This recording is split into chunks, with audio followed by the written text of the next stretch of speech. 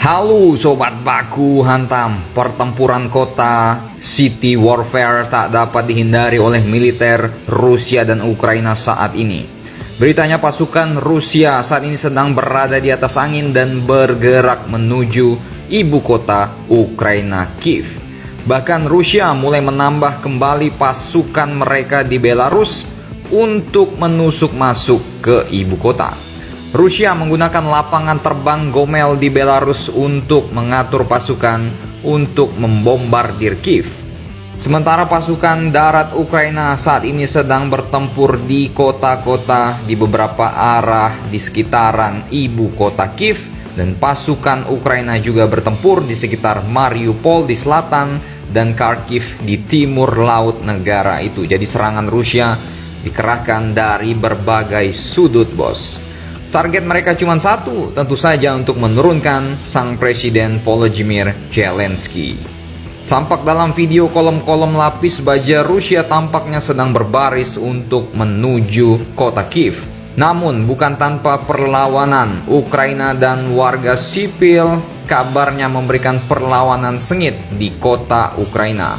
Mengingat warga Ukraina yang mau bertempur kini telah dilengkapi dengan AK-47, tentu saja pasukan Rusia bisa saja mendapatkan serangan kejutan dan perlawanan sengit dari para milisi-milisi Ukraina. Sementara pertempuran sengit masih terjadi di pinggiran di dekat Kiev, dan Kiev merupakan benteng terakhir Ukraina.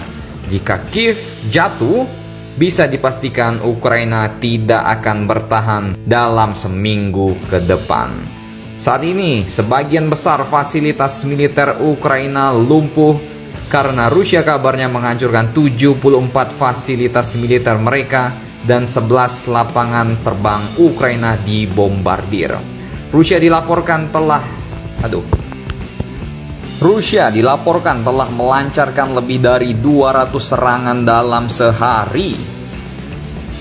Wajar saja dengan lumpuhnya fasilitas militer di Ukraina dan absennya pasukan NATO yang tidak ada kontribusi sama sekali alias pelongo di perbatasan, bukan tidak mungkin seluruh kota-kota di Ukraina bisa jatuh ke tangan Rusia.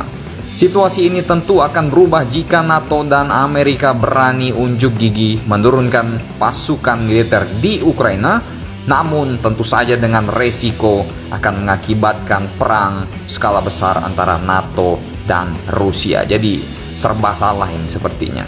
Bagaimana menurut kalian mengenai berita ini? Silahkan baku hantam kalian di bawah.